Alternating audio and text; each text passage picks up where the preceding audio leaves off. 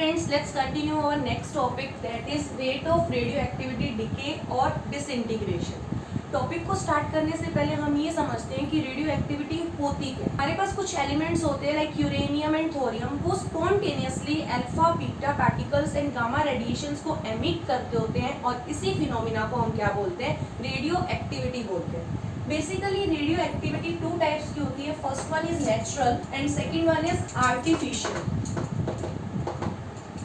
बात करते हैं नेचुरल रेडियो एक्टिविटी की. यूरेनियम एंड थोरियम जैसे एलिमेंट्स नेचुरली रेडियो एक्टिव होते हैं और जब उनमें से alpha beta particle and gamma rays का एमिशन होता है तो उसको हम क्या बोलते हैं, नेचुरल रेडियो एक्टिविटी बोलते हैं. जबकि कुछ एलिमेंट्स ऐसे होते हैं वो इटसेल्फ रेडियो एक्टिव नहीं होते, बट जब उन पे हम सब एटॉमिक पार्टिकल लाइक प्रोटॉन और न्यूट्रॉन की बॉम्बार्डमेंट करवाते हैं तो वो रेडियो एक्टिव आइसोटोप को प्रोड्यूस करते हैं और इसको हम क्या बोलते हैं, आर्टिफिशियल रेडियो एक्टिविटी बोलते हैं. अब बात करते हैं रेडियो एक्टिविटी डीके और डिसइंटीग्रेशन की. तो हम इसको कैसे डिफाइन करेंगे. This is the phenomena of emission of alpha beta particles and gamma radiation from any radio active element और रेडियो एक्टिव आइसोटोप. राइट, कोई भी रेडियो एक्टिव एलिमेंट है, अगर हम उसमें रेट ऑफ डिसइंटीग्रेशन की बात करें तो एट ए पर्टिकुलर टाइम पे जो रेट ऑफ डिसइंटीग्रेशन है एनी रेडियो एक्टिव एलिमेंट का, वो नंबर ऑफ पार्टिकल्स पे डिपेंड करता है एट दैट टाइम. राइट, तो इससे हमें ये पता लगता है कि जो rate of radio activity disintegration है वो फर्स्ट ऑर्डर के काइनेटिक्स को फॉलो करती होती है. अब हम एज्यूम करके चलते हैं कि m नॉट आपके पास इनिशियली एटम्स प्रेजेंट, राइट, और n आपके पास जो एटम प्रेजेंट है एट टाइम t. राइट, तो अगर हम बात करें रेट ऑफ डिसइंटीग्रेशन की एट टाइम t, तो हम उसको कैसे लिखेंगे, rate of disintegration at time t, that is minus dn upon dt is directly proportional to the n. Right, अगर हम प्रोपोर्शनलिटी का साइन हटाएंगे तो एक कांस्टेंट आ जाएगा जिसको हम क्या बोलते हैं, डिसइंटीग्रेशन कांस्टेंट और डीके कांस्टेंट. करें तो minus dn upon dt is equals to kn, where k is the proportionality constant जिसको हम क्या बोलेंगे, disintegration constant और decay constant. राइट, और decay constant की वैल्यू फाइंड आउट करेंगे तो हम क्या करेंगे, minus dn upon n is equals to k dt, और इसको हम क्या कर देंगे, इंटीग्रेट करेंगे. और ये किसको फॉलो करता है, फर्स्ट ऑर्डर काइनेटिक को. तो अगर हम इसको सॉल्व करेंगे तो k की वैल्यू क्या आएगी, 2.303 upon t log of n naught over n. n naught is the number of atom present initially और n is the number of atom present at time t. Right, और अगर हम half life period को find out करने की कोशिश करें तो t 1/2 क्या होता है फर्स्ट ऑर्डर के लिए, 0.693 अपॉन k. तो रेट ऑफ डिसइंटीग्रेशन किसको फॉलो करता है, फर्स्ट ऑर्डर को. तो क्या बन जाएगा, t 1/2 is equals to 0.693 upon disintegration constant. तो इस तरीके से हम हाफ लाइफ पीरियड को निकाल सकते हैं. बट अगर हम बात करें रेडियो एक्टिव एलिमेंट की तो उस केस में हम एवरेज लाइफ के बारे में डिस्कस करते हैं. ऐसा क्यों, क्योंकि whole of the radioactive element कभी भी डिसइंटीग्रेट नहीं होता, ठीक है, क्योंकि जो उसकी लाइफ होती है वो इनफाइनाइट होती है. तो इसलिए हम एवरेज लाइफ जिसको हम नेचुरल लाइफ कहते हैं उसके बारे में डिस्कस करते हैं. एवरेज लाइफ को किससे डिनोट करते हैं, टो से, और वो किसके इक्वल होता है, 1/k, where k is the disintegration constant. Right, और अगर हम इसको हाफ लाइफ पीरियड के फॉर्म में निकालें, हमें पता है t 1/2 is equals to 0.693 upon k. Right, k की वैल्यू पुट कर देते हैं तो क्या बन जाएगा, 1 अपॉन 0.693 अपॉन t 1/2, और t 1/2 को ऊपर ले जाए तो which is equal to t 1/2 upon 0.693. Right, और इसको सोल्व करें तो कितना आएगा, 1.44 इंटू t 1/2. तो इस तरीके से हम एवरेज लाइफ को फाइंड आउट कर सकते हैं. अगर हम बात करें न्यूमेरिकल के इस टॉपिक पे तो हमारा फर्स्ट न्यूमेरिकल है, after 24 hours only 0.125 gram out of the initial quantity of 1 gram of radioactive element remain behind. What is the half life period? Right, a given है, a किसके इक्वल है, 1 ग्राम के. तो a माइनस एक्स किसके equal है, 0.125 ग्राम की. और t कितना दे रखा है, 24 आवर्स। हमें क्या निकालना है? T1/2, right. तो T1/2 का फॉर्मूला क्या होता है? 0.693 अपॉन K। तो सबसे पहले हम K की वैल्यू निकालेंगे। इसके इक्वल होता है K is equal to 2.303 upon T log of A over A minus X। A की वैल्यू गिवन है, A माइनस X गिवन है, टाइम गिवन है, पुट करें। K is equal to 2.303 upon 24 log of 1 over 0.125। और अगर हम इसको solve करेंगे तो सोल्व करने पे आएगा 0.0866 पर आवर, राइट। और हमें क्या निकालना है? T1/2। तो K की वैल्यू पुट कर देंगे। तो T1/2 क्या बन गया? 0.693 अपॉन 0.0866 और इसको सोल्व करने पे आएगा 8.0 आवर्स। तो इस तरीके से हम रेडियो एक्टिविटी डीके पे न्यूमेरिकल्स को फाइंड आउट कर सकते हैं। अब इसमें एक इम्पोर्टेंट बात है कि हम ये बात बोलते हैं कि जो rate of radio activity decay है वो फर्स्ट ऑर्डर के काइनेटिक को फॉलो करती होती है, बट जो rate of radio activity decay है उसमें कैटलिस्ट का, टेम्परेचर का और प्रेशर का कोई भी इफेक्ट नहीं पड़ता। डेट मीन्स जो एक्सटर्नल फैक्टर है वो इसे अफेक्ट नहीं करते, जबकि जो रेट ऑफ रिएक्शन है वो कैटलिस्ट की प्रेजेंस से भी अफेक्ट होती है, टेम्परेचर और प्रेशर भी उसको क्या करते हैं? अफेक्ट करते होते हैं, राइट। अब हम नेक्स्ट क्या पढ़ेंगे कि जो रेट ऑफ रिएक्शन है उस पर टेम्परेचर और कैटलिस्ट का क्या इफेक्ट पड़ता हो। अगर हम बात करें इफेक्ट ऑफ टेम्परेचर या प्रेजेंस ऑफ कैटलिस्ट की on a rate of reaction, तो ये दोनों टॉपिक एक्टिवेशन एनर्जी पे बेस्ड होते हैं। तो इनके इफेक्ट को पढ़ने से पहले हमें एक्टिवेशन एनर्जी के बारे में समझना होगा। तो हम बात करते हैं किसकी? Activation energy. अब कोलिजन थ्योरी के अकॉर्डिंग कोई रिएक्शन तभी प्रोसीड करेगी जब रिएक्टेंट मॉलिक्यूल आपस में इफेक्टिवली कोलाइड करेंगे, राइट। और हर कोलिजन आपका इफेक्टिव नहीं होता, तो कोलिजन को इफेक्टिव बनाने के लिए मॉलिक्यूल के पास एक मिनिमम अमाउंट की एनर्जी होनी चाहिए ताकि आपकी रिएक्शन क्या हो सके? प्रोसीड हो सके।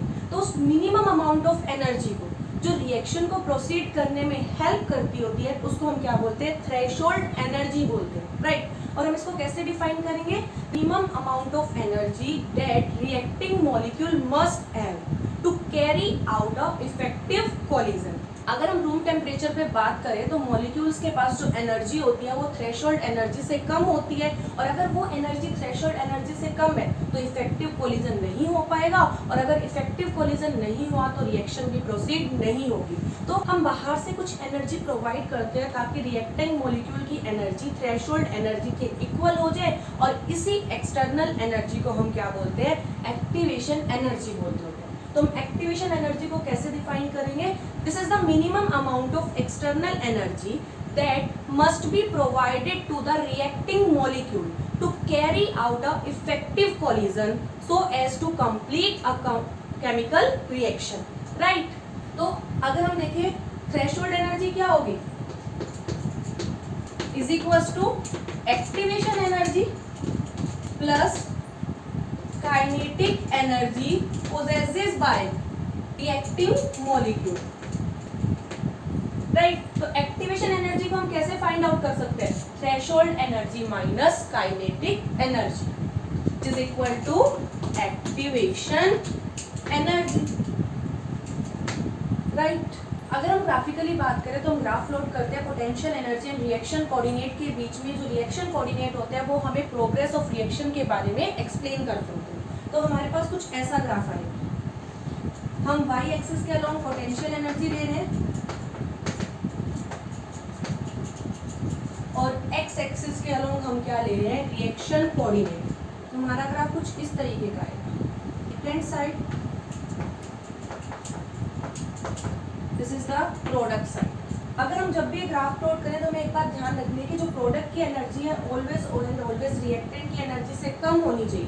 ऐसा क्यों? क्योंकि हम ऐसा बोलते हैं कि जिस कंपाउंड की एनर्जी कम होगी वो ज़्यादा स्टेबल होगा, राइट। तो इसीलिए प्रोडक्ट की एनर्जी क्या होगी? कम, और रिएक्टेंट की एनर्जी क्या होगी? ज़्यादा। और अब किसी भी रिएक्टेंट को प्रोडक्ट में कन्वर्ट होने के लिए एक एनर्जी बैरियर को पास करना होता है। तो ये जो आपका एनर्जी बैरियर है, इस टाइम जो एनर्जी होगी इसको हम क्या बोलते हैं? थ्रेशोल्ड एनर्जी बोलते होते हैं, राइट। अब रिएक्टेंट की एनर्जी थ्रेशोल्ड एनर्जी से क्या है, कम। तो रिएक्टेंट की एनर्जी को थ्रेशोल्ड एनर्जी के इक्वल करने के लिए हम एक्सटर्नली उसको एनर्जी प्रोवाइड करते हैं। वो आपकी हीट की फॉर्म में भी हो सकती है, लाइट की फॉर्म में भी हो सकती है, राइट। तो जो आपने एनर्जी प्रोवाइड की, दिस वन, इसको हम क्या बोलेंगे, एक्टिवेशन एनर्जी बोलेंगे। कि रिएक्टिंग मॉलिक्यूल्स एनर्जी को एब्जॉर्ब करते होते हैं, तो वो कुछ बॉन्ड को लूज कर देते हैं और कुछ न्यू बॉन्ड की फॉर्मेशन कर देते होते हैं। इससे एक इंटरमीडिएट बनता होता है जिसको हम एक्टिवेटेड कॉम्प्लेक्स बोलते होते हैं। वो क्या होते हैं, आपके डिकम्पोज्ड होकर प्रोडक्ट की फॉर्मेशन करते होते हैं, राइट। आपको एक बात ध्यान रखनी है कि अगर आपकी एक्टिवेशन एनर्जी ज़्यादा है तो रिएक्शन आपकी स्लो होगी, और अगर आपकी एक्टिवेशन एनर्जी कम है तो रिएक्शन आपकी क्या होगी, फास्ट होगी। तो इस तरीके से हम एक्टिवेशन एनर्जी के कंसेप्ट को समझ सकते हैं। अगर हम बात करें हमारे नेक्स्ट टॉपिक की, तो हमारा नेक्स्ट टॉपिक है effect of temperature on rate of reaction और रेट कॉन्स्टेंट, राइट। अब हमें पता है कि जैसे जैसे आप टेम्परेचर को इंक्रीज करते हो तो रेट ऑफ रिएक्शन भी आपकी क्या होती है, इंक्रीज होती है। और सम रिएक्शंस में ऐसा होता है कि every 10 degree rise in temperature जो रेट ऑफ रिएक्शन हो जाती है वो क्या हो जाती है, डबल हो जाती है, राइट। और इस इफेक्ट को हम टेम्परेचर कोफिशिएंट की हेल्प से फाइंड आउट करते हैं। तो टेम्परेचर कोफिशिएंट आपका क्या होगा, is equals to rate constant at T plus 10 degree rise in temperature divided by rate constant at T, right. और मोस्ट ऑफ द रिएक्शन के लिए जो टेम्परेचर कोफिशिएंट की वैल्यू है वो 2 और 3 के बीच में ही लाई करती होती है, राइट। अब इसको एक्सप्लेन कैसे करेंगे, हम इसको ग्राफिकल मेथड से एक्सप्लेन करेंगे। अब हमें पता है कि कोलिजन थ्योरी के अकॉर्डिंग कोई भी मॉलिक्यूल इफेक्टिवली तब कोलाइड करेगा जब उसके पास minimum amount of threshold energy होगी। अगर उसके पास minimum amount of threshold energy नहीं होती तो आपका कोलिजन इफेक्टिव नहीं होगा और रिएक्शन आपकी प्रोसीड नहीं करेगी। बट यहाँ पे एक बात भी है, अगर हम कोई पर्टिकुलर टेम्परेचर T लेके चलते हैं तो उस टेम्परेचर पे जो आपके मॉलिक्यूल्स हैं, सभी मॉलिक्यूल्स की काइनेटिक एनर्जी इक्वल नहीं होती, but at a particular temperature the fraction of molecule having the same kinetic energy are constant, right. अब हम अगर ग्राफ ड्रॉ करें kinetic energy and fraction of molecule के बीच में, काइनेटिक एनर्जी को हम एक्स एक्सिस के अलोंग ले रहे हैं और फ्रैक्शन ऑफ मॉलिक्यूल को हम कहाँ ले रहे हैं, वाई एक्सिस। तो हमें कुछ इस तरीके का ग्राफ मिलेगा। अगर हम पीक की बात करें तो पीक आपको क्या रिप्रेजेंट करती है, this is the maximum fraction of molecule having the kinetic energy. और इस पीक के कोरस्पॉन्डिंग जो काइनेटिक एनर्जी होगी ना, उसको हम क्या बोलेंगे, मोस्ट प्रोबेबल काइनेटिक एनर्जी। अगर हम एज्यूम कर लें जो ए है आपका वो थ्रेशोल्ड एनर्जी है, दैट मीन्स वो मिनिमम अमाउंट ऑफ एनर्जी जो इफेक्टिव कोलिजन के लिए रिक्वायर्ड है। तो आपका जो ये ग्राफ होगा, ये वाला एरिया ABCD, ठीक है, वो आपको क्या रिप्रेजेंट करेगा, this is the fraction of molecule having the energy more than threshold energy. अब जैसे ही हम टेम्परेचर को 10 डिग्री राइज कर देते होंगे तो हमारा ग्राफ कुछ इस तरीके से,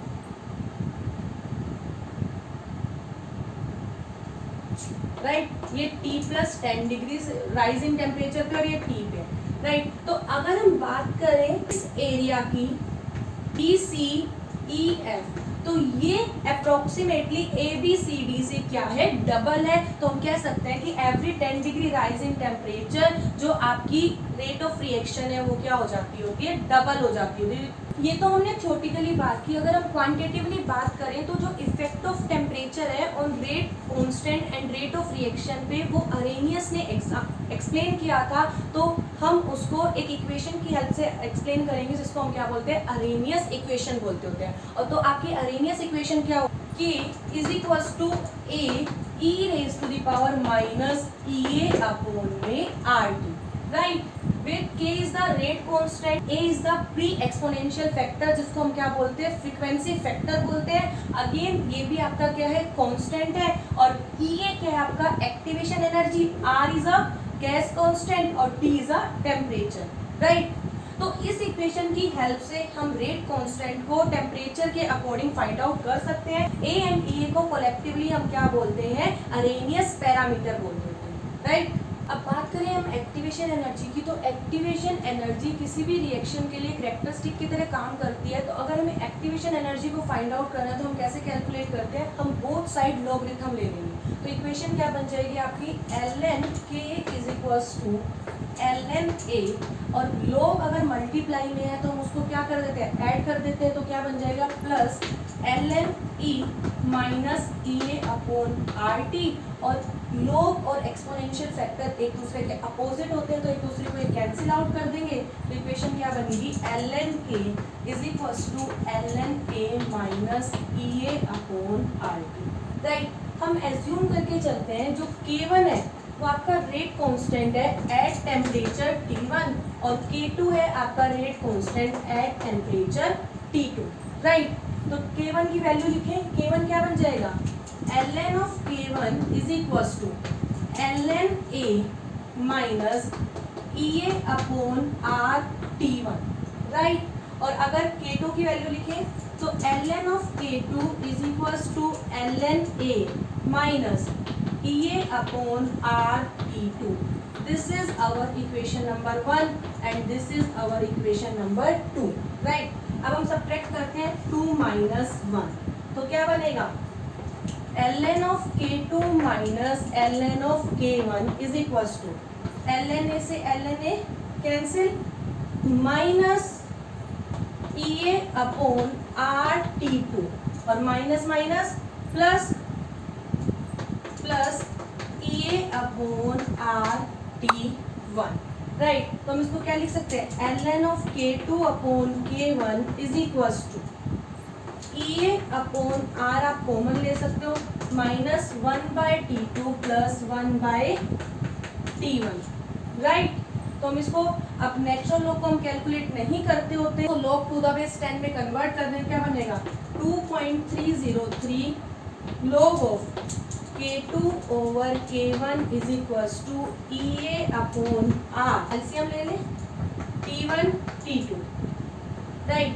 तो माइनस T1 प्लस T2 यही बनेगा। तो हम इसको क्या लिख सकते हैं, 2.303 log of k2 over k1 is equals to e upon are